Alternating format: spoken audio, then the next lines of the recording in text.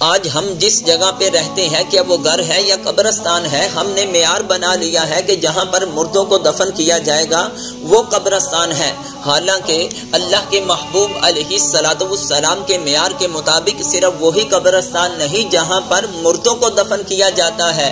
ہمارے معاشرے میں کتنے ایسے گھر ہیں اللہ کے محبوب علیہ السلام فرماتے ہیں وہ بھی قبرستان ہے۔ آخر ان گھروں کے اندر کون سا ایسا کام ہے جو نہیں کیا جا رہا کہ جس کی وجہ سے اللہ کے محبوب علیہ السلام اس گھر کو قبرستان کہہ رہے ہیں؟ محبوب علیہ السلام کا فرمان سننے سے پہلے اپنا محاسبہ کریں۔ اگر ہمارے گھروں کے اندر وہ کام نہیں ہے، گھر میں اس کام کو کرنا ہے تاکہ ہمارے گھر رہے، یہ گھر قبرستان نہ بنے۔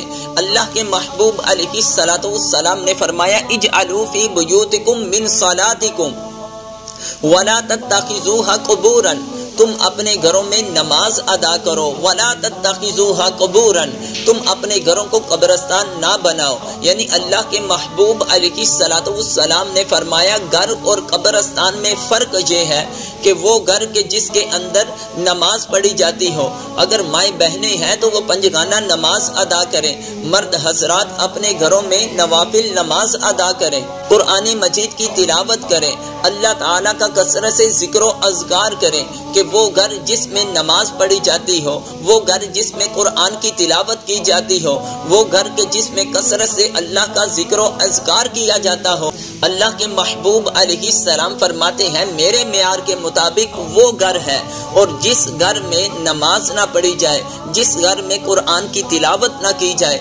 وہ گھر کے جس کے اندر اللہ کا ذکر و اذکار نہ کیا جائے، وہ گھر نہیں بلکہ وہ قبرستان ہے۔ آئیے اپنے گھروں میں ذکر و اذکار کا اور قرآن کی تلاوت کا اور نماز کا ماحول پیدا کیجیے۔ اللہ کی بارگاہ میں دعا ہے اللہ تعالی ہم سب کو اپنے گھروں میں کثرت سے ذکر و اذکار کرنے کی، نماز پڑھنے کی توفیق عطا فرمائے۔